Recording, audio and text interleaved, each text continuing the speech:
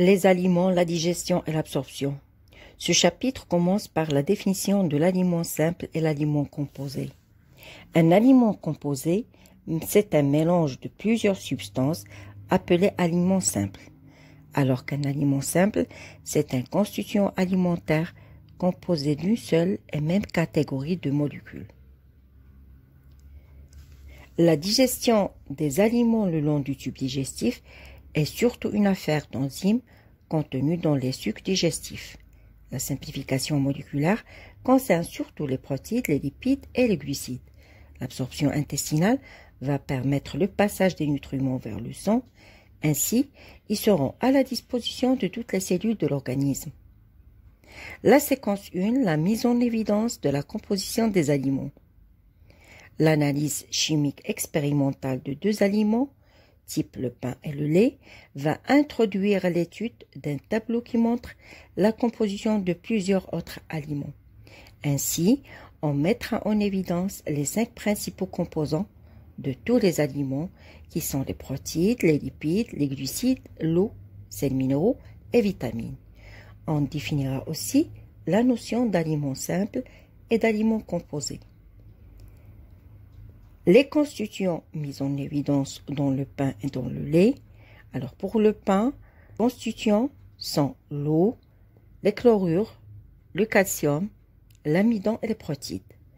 Dans le lait, les constituants mis en évidence sont l'eau, chlorure, calcium, sucre réducteur, protéines et lipides.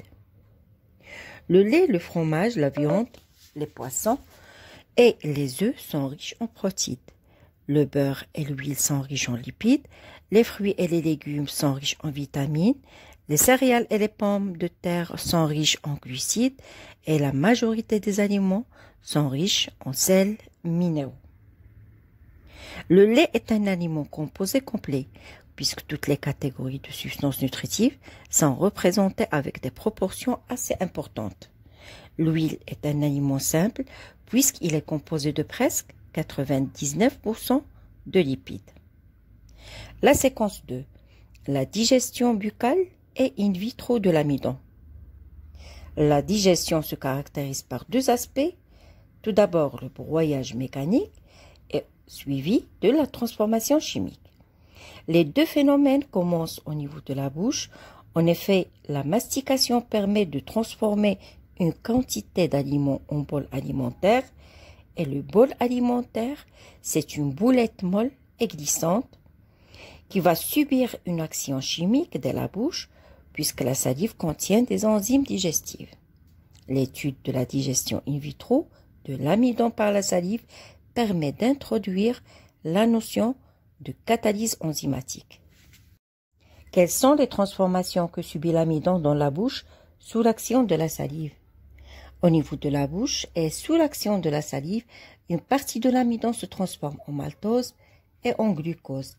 L'amidon, le maltose et le glucose sont tous des glucides. Quel est le mécanisme de la déglutition et la progression du bol alimentaire dans l'œsophage? La langue, le palais, la duète qui ferment les orifices des fosses nasales et l'épiglotte qui ferme la voie respiratoire oblige le bol alimentaire à s'engager dans l'œsophage, c'est la déglutition. Les contractions des muscles de la paroi de l'œsophage acheminent le bol alimentaire vers l'estomac. La disparition de l'amidon est l'apparition d'un sucre réducteur. Sous l'effet de l'amylase salivaire, l'amidon se transforme en sucre réducteur. Il s'agit d'une transformation chimique sous l'effet d'une enzyme, l'amylase salivaire. Une enzyme ne fait pas partie ni des réactifs ni des produits, mais sa présence est indispensable au déroulement de la réaction chimique. La digestion de l'amidon par la salive. La digestion de l'amidon nécessite la présence d'une enzyme spécifique comme l'amylase salivaire, en plus d'une température convenable de 37 degrés Celsius.